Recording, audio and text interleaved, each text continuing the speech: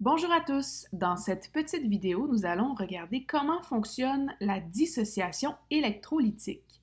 Donc, dans le dernier vidéo, nous avons vu comment une substance pouvait permettre le passage du courant électrique et nous avons parlé plus spécifiquement des électrolytes.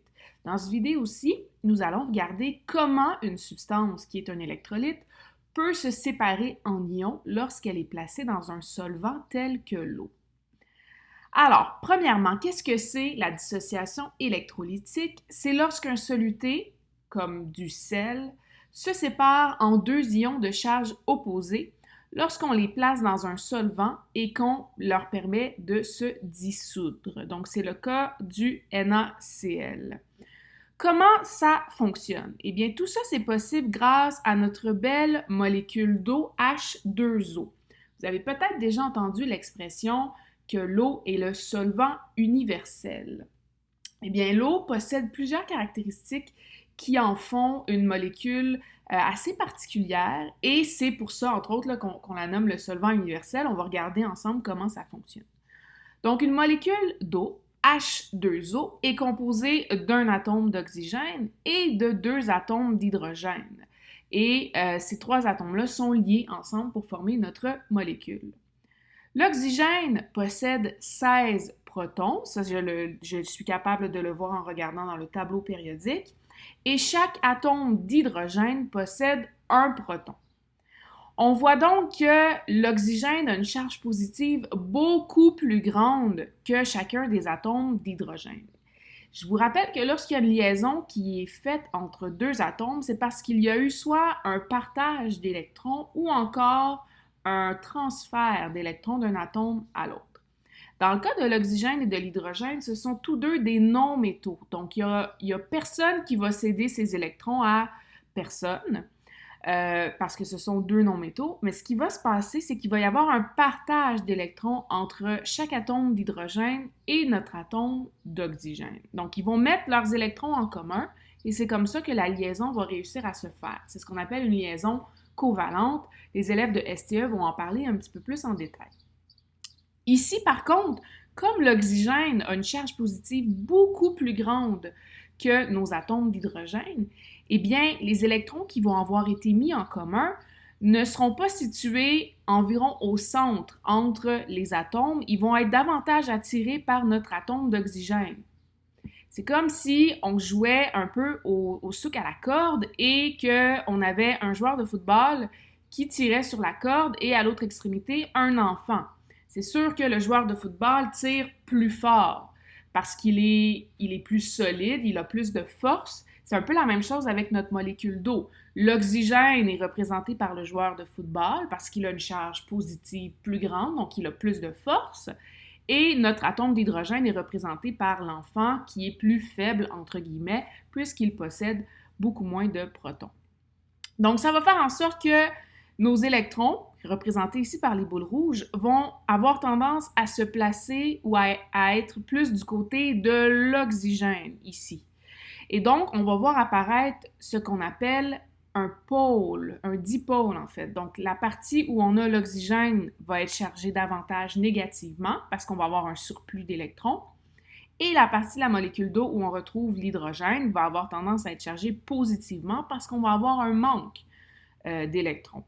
Donc, ça va nous donner une molécule d'eau qui va ressembler à ça, avec un pôle négatif au niveau de l'oxygène et un pôle positif au niveau de l'hydrogène, et c'est ce qu'on appelle un dipôle.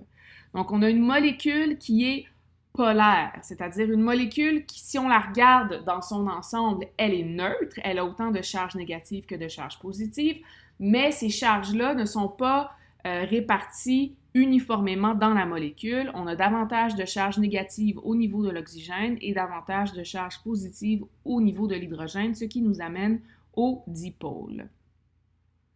Donc, regardons ensemble maintenant comment est-ce que la polarité de la molécule d'eau explique la dissociation électrolytique. Donc, on va regarder ça avec un petit vidéo ici. Donc, j'ai ma molécule d'eau ici en vert avec les deux petites oreilles vertes qui correspondent aux atomes d'hydrogène. Et à droite, j'ai mon cristal de sel du NaCl. Si on regarde notre molécule d'eau ici, comme je l'ai expliqué, la partie où on a l'hydrogène, elle est chargée positivement. La partie où il y a l'oxygène, c'est chargé négativement. Et puis, on a ici notre molécule de NaCl. L'atome, pas l'atome, pardonnez-moi, mais on a l'ion sodium qui est chargé positivement et l'ion chlore qui est chargé négativement pour former du NaCl. Donc, je me retrouve avec deux molécules qui, à la base, sont neutres, mais dont les charges électriques ne sont pas bien réparties. Donc, deux molécules qui vont avoir chacune un pôle positif et un pôle négatif. Et on se rappelle que le plus et le moins s'attirent et vice-versa. Donc, ce qui va se passer, c'est que la partie positive de votre molécule d'eau va aller attirer la partie négative de votre molécule de NaCl. Et le contraire est vrai aussi. La partie négative de la molécule d'eau va aller attirer la partie positive de votre molécule de NaCl et ça va permettre au cristal de sel NaCl de tranquillement se désagréger et à la molécule de se séparer en ions.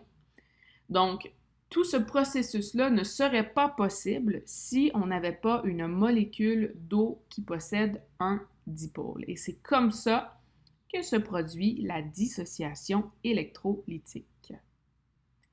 Ça explique aussi pourquoi ce n'est pas possible pour le sucre, par exemple, de faire de la dissociation électrolytique. Le sucre, il est composé de liaisons qu'on appelle covalentes. Il n'y a pas d'ions qui sont formés.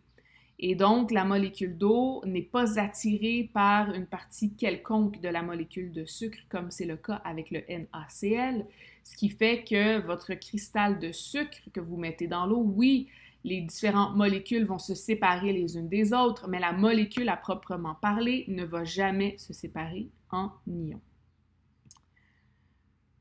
Donc, voici ce que j'expliquais tantôt. Dans une dissociation électrolytique, les ions présents dans un électrolyte sont attirés plus fortement par la molécule d'eau, ce qui mène au bris des liaisons dans la molécule d'électrolyte et à la libération des ions, comme on observe dans l'image suivante.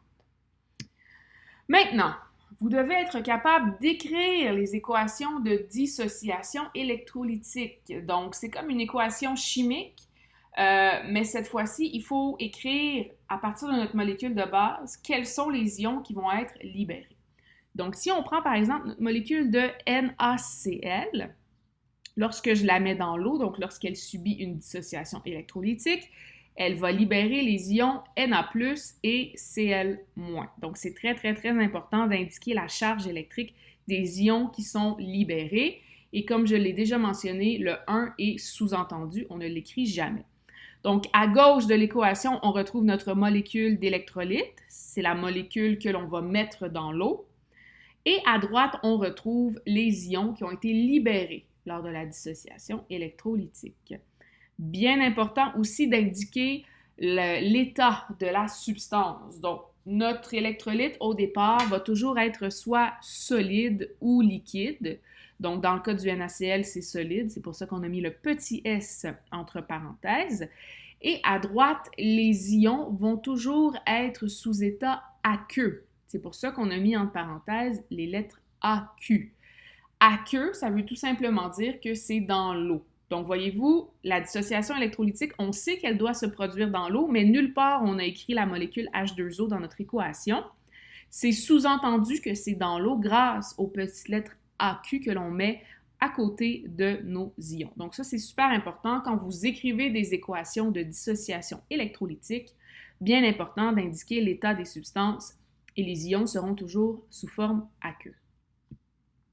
Un autre exemple ici, on a le MgF2, donc du magnésium lié à deux atomes de fluor. C'est pour ça qu'il y a le petit 2 en indice ici. Qu'est-ce que ça va subir comme dissociation électrolytique? Qu'est-ce qu'on va avoir comme ion libéré? Donc, je vais avoir du Mg2+, parce que le magnésium a 2 électrons de valence. Donc, lorsqu'il est stable, il perd ces 2 électrons de valence, il devient 2+. Et je vais avoir l'ion F-. Donc, le fluor, lui, il a 7 électrons de valence. Donc, lorsqu'il devient stable, il va gagner un électron. Il devient donc négatif. Mais l'équation ici, elle n'est pas complète. Voyez-vous que à côté du F dans ma molécule de base, j'ai un petit 2 en indice. Le petit 2 signifie que j'ai 2 atomes de fluor dans ma molécule MgF2. Donc, il faut que ça soit reflété en quelque part à la droite de mon équation. Donc, le 2 à côté du fluor en indice va venir se mettre devant l'ion F-. Ça veut tout simplement dire que lorsque ma molécule MgF2 a fait une dissociation électrolytique, elle a libéré un ion Mg2+, et 2 ions F-. Ce qui me donne une charge positive de 2+ pour l'ion magnésium, et pour les 2 ions F-, la charge globale va être de 2-. Ça me donne bien une molécule qui va être neutre. Donc, c'est ce que je vous expliquais ici tantôt. La molécule MgF2, c'est du magnésium lié à 2 atomes de fluor. Donc, lorsque les liaisons sont brisées, chaque atome de fluor gagne un électron. Donc, chaque atome de fluor devient négatif. Donc, on ne va pas écrire F2-, ça voudrait dire que un atome de fluor devient 2 fois négatif. On a plutôt 2 atomes de fluor qui deviennent chacun une fois négatif, d'où le 2F-.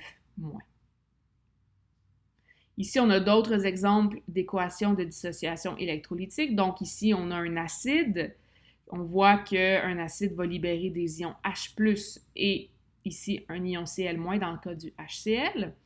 Et si on regarde ensuite la deuxième équation, c'est la dissociation électrolytique d'une base, donc NaOH. On voit que la base libère un ion positif, dans ce cas-ci, c'est du Na+, et ensuite, elle va libérer l'ion OH-.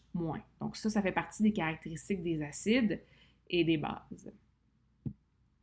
Finalement, si on a une substance qui ne fait pas de dissociation électrolytique, comme c'est le cas d'un non-électrolyte, eh bien, on va parler à ce moment-là de dissolution moléculaire. Donc, le soluté va se dissoudre dans le solvant, mais il n'y a pas d'ions qui vont être libérés. La molécule de soluté va rester intacte. C'est entre autres le cas du sucre, comme on l'a donné en exemple précédemment.